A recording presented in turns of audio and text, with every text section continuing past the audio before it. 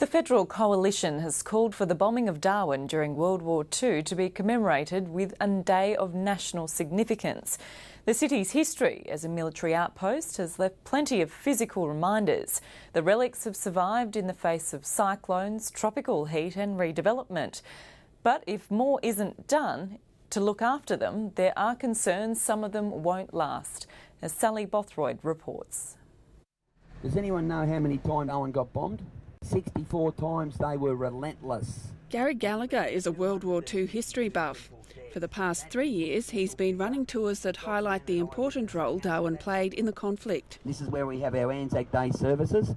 People love this type of thing, and I've found people that travel the world just doing war tours. So they've just found this aspect in Darwin, which is fascinating to them. As you can see, that goes underground a long way. Many of these tour-goers are following in the footsteps of relatives who were based in Darwin during the war. And the original sandbag's still there. Gary Gallagher is keen to show them Darwin's hidden treasures, the often crumbling remains of the city's old defences. There was one guy last year, he'd never been to Darwin before, and he was retracing his father's footsteps, so I asked where his dad was and what he did, and he said he was with the 19th Heavy Anti-Aircraft Guns. And I said, well, I can take you to exactly where he was. At the beginning of 1942, the Japanese, fresh from their victory at Pearl Harbor, set their sights on northern Australia. On February the 19th, 188 Japanese planes launched a devastating attack on Darwin, leaving much of the town in rubble. Too few Australians are aware of the significance of the bombing of Darwin. More than 250 people were killed in the raid. Many more were wounded. More bombs were dropped on Darwin by the Japanese than on Pearl Harbor. It was just first of many air raids on northern Australia over the next 2 years. We were as I say, the biggest attack ever on Australian soil, and we're very close to being invaded. And if we had have been, maybe history would have been different.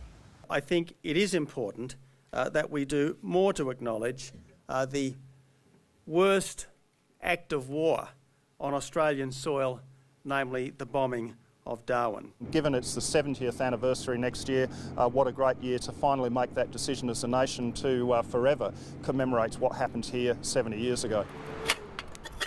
Archaeologist Silvano Jung is keen to preserve evidence of those destructive bombing raids 70 years ago. He's carried out an archaeological examination of this bomb crater, which was uncovered during roadworks in Darwin CBD. It was pointed out by a passing motorist who said that C-shaped section looks like a bomb crater. This one's got a very defined lip, as well as the soil gets thrown out. It lands on forming a circle rim around the top of the crater.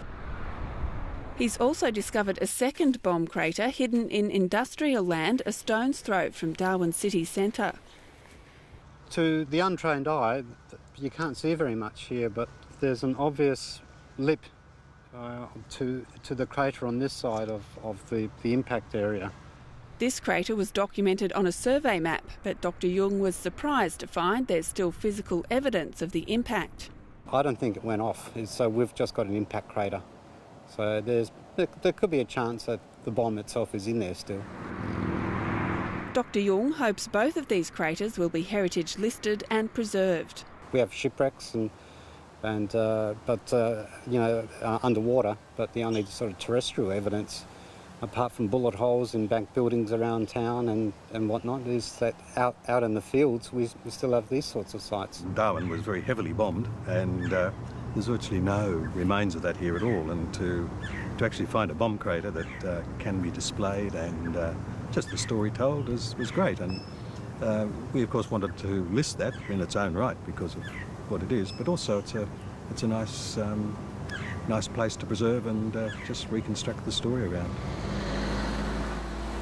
22 of the Territory's World War II sites have been heritage listed in the last decade, but the top end's harsh weather conditions have taken their toll on some war relics.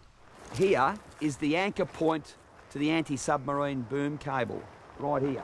Many of them are on government land, and Gary Gallagher is calling on the government to better maintain the sites. I can see it falling away since I've been doing this bombing of Darwin tour, and as I said before, for our children and the people that come after us, these things need to be maintained. So I'd hate to see them basically just fall away or fall into the ocean.